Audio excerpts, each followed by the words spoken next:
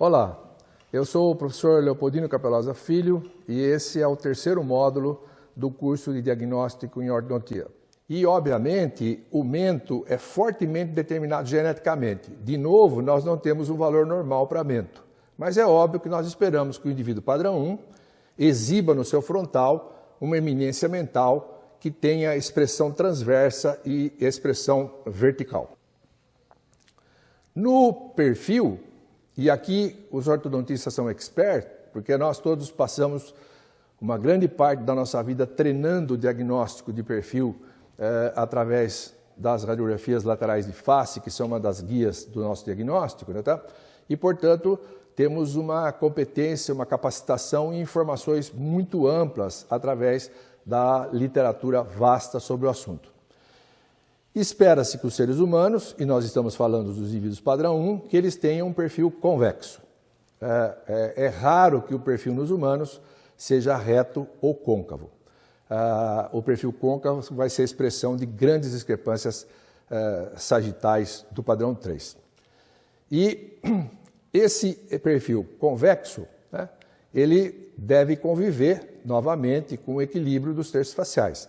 Assim como nós vimos no frontal, também no perfil, uma proporção entre o terço médio e o terço inferior e entre os componentes do terço inferior. Como já dissemos, terço médio 1, terço inferior 1, podendo ser um pouco maior, e quando a gente divide o terço inferior nos seus dois componentes, ou seja, relativo ao lábio superior e ao lábio inferior, devemos ter 1:2, ou seja, de subnasal até LS 1, de LS até ME 2. Pequenas variações são normais e devem ser vistas como aceitáveis.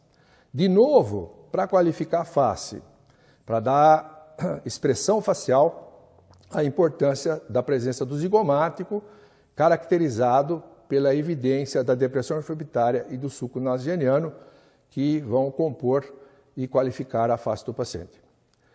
E o nariz?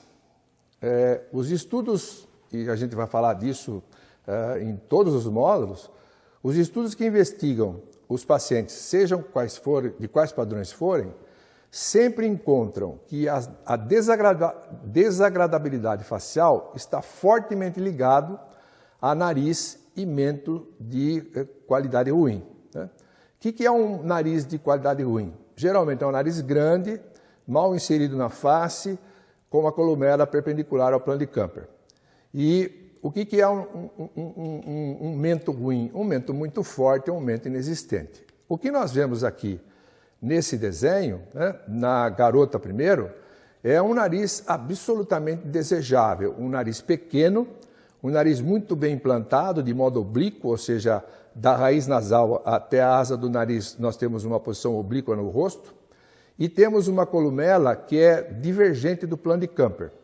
E o nariz tem o dorso reto. Esse nariz é um nariz absolutamente desejável, assim como o do garoto também não é ruim, embora ele não seja tão fino, tão delicado como o da garota.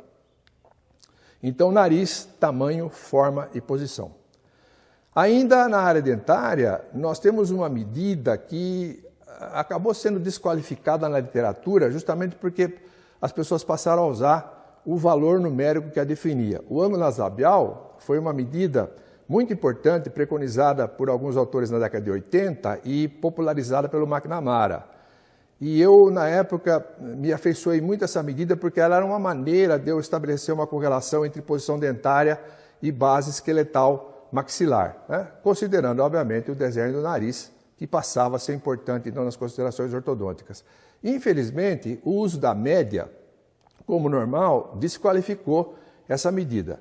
Mas, no meu entender, ela continua super importante porque o ângulo nasolabial permite a nós sentirmos que movimento seria bem-vindo nos dentes superiores, de modo a impactar positivamente o lábio superior e a sua relação com o nariz. Me parece que é uma medida absolutamente desprezível do ponto de vista numérico, mas essencial do ponto de vista morfológico. De novo, as relações labiais. Não vamos repetir, que acabamos de descrever o que se espera, lábios em contato, sem estresse da musculatura, características anatômicas normais. Agora aqui o sulco mentolabial mais importante, porque visto em tóton no perfil, e daí nós deveríamos ter uma certa proporção entre a projeção do lábio inferior e a projeção do mento, com uma curva suave entre o lábio inferior e a projeção do pogônio. E, finalmente, uma qualificação do mento, que, como nós dissemos, é absolutamente subjetiva, né? Vai depender demais do tipo facial e do padrão do paciente para que nós possamos qualificar como bom ou como ruim. Mas, obviamente, espera-se que um paciente padrão 1 exiba mento, tanto no frontal quanto no perfil. Para finalizar a avaliação do perfil, nós temos 2 parâmetros, na minha opinião, super importantes.